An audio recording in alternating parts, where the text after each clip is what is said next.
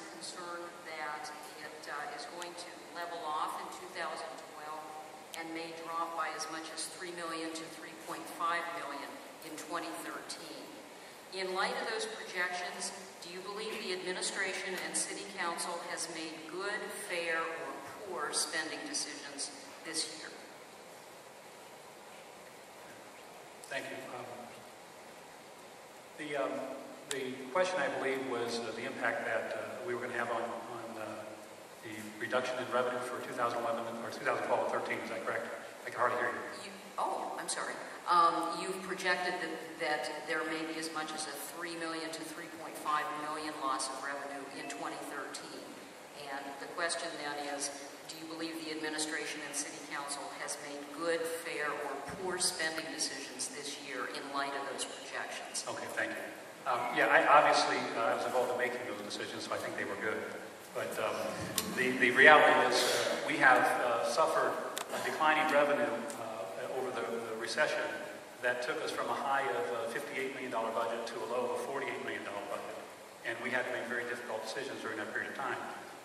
We have seen the local revenue start to go up as people started going back to work over the last year. We're seeing an increase in income tax revenue right now. But what we know for a fact is that the state government has cut the local government funds, and we're going to lose $1.7 million in January for 2012, and we expect to lose another roughly $4.5 million between the local government funds, the inheritance tax, as well as the Safer Grant, COPS grant that expired. So we know right now that we have to prepare for a $1.7 million reduction next year and another $4.5 million reduction in 2013. And that's why it's so important that the decisions we make today are planning for the next 2 years. Because it'd be real easy right now to hire policemen and firemen, but I can guarantee you if we overspend today, there'll be layoffs next year. And when you lay off somebody, you only save about a third of what they cost you. And so you end up having to lay off 3 times as many to make up that shortfall. So we are planning right now to make it through this year. We've got what we believe is in hand in reference to carryover or close to a carryover for next year. And we're working on the budget adjustments for 2013 to address that $4.5 million. Because my goal in the past and will be in the future is to live within our means and without raising taxes for our citizens and still provide the services as best we can for our community. That's what we've done in the past, and that's what we'll continue doing if I'm reelected. Thank you. Projections of declining revenue, have the administration and council made good, fair, or poor spending decisions this year? I think the administration has made poor decisions. It's not a surprise that we've had declining revenue, and I think the main thrust is that they didn't do anything with their economic development as they should have.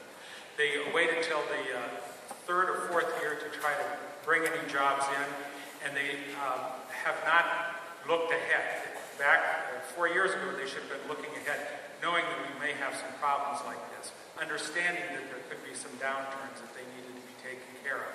So we needed to have economic development start right on day one with them.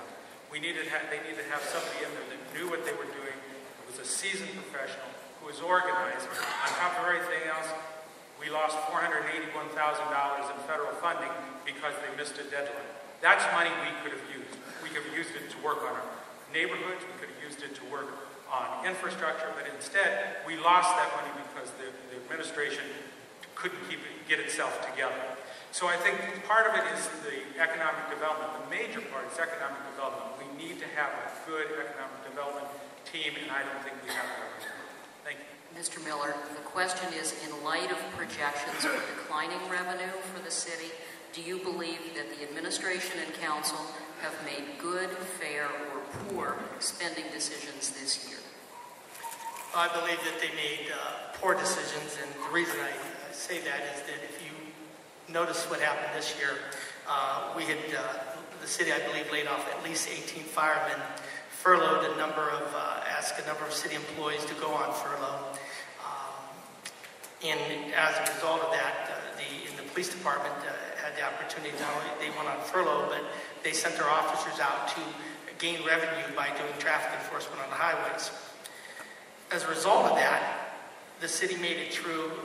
Police officers didn't get laid off. They did take furloughs. Other city employees did take furloughs.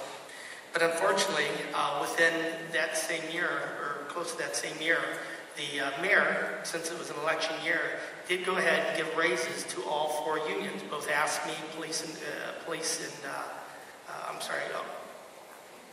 4 unions, the FOP, the police union, and both ASME unions. He didn't give a raise to the fire department, but was ready and willing to do that. I believe if you give those kind of raises, and then you're anticipating the following year, a year later, that you're going to be short $4.5 million, that is not wise decision-making and wise policy-making. Not only for the mayor, but all city council who voted for that. I believe there was only 2 that did not vote for it. So I believe that just looking at that those money was not well spent, because eventually who is the one that suffers from that? It's the employees again, and the citizens as a result of the employees being laid off or furloughed. We're going to have to hear the whole story all over again, that there's going to be layoffs in the fire department, layoffs in the police department, unless something else can be done. And again, it holds the community at large hostage to whatever the city determines is whatever the mayor determines is the best route for the city to take. Mr. Hart,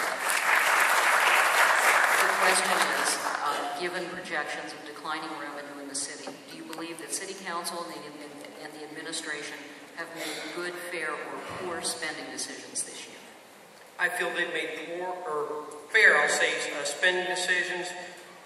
You look at what is happening within fire department safety, the calls are still going up, and it's going to be harder and harder and harder when there is a threat of laying off firemen, laying off police officers, because reality is there. They need to be out on the street in full force.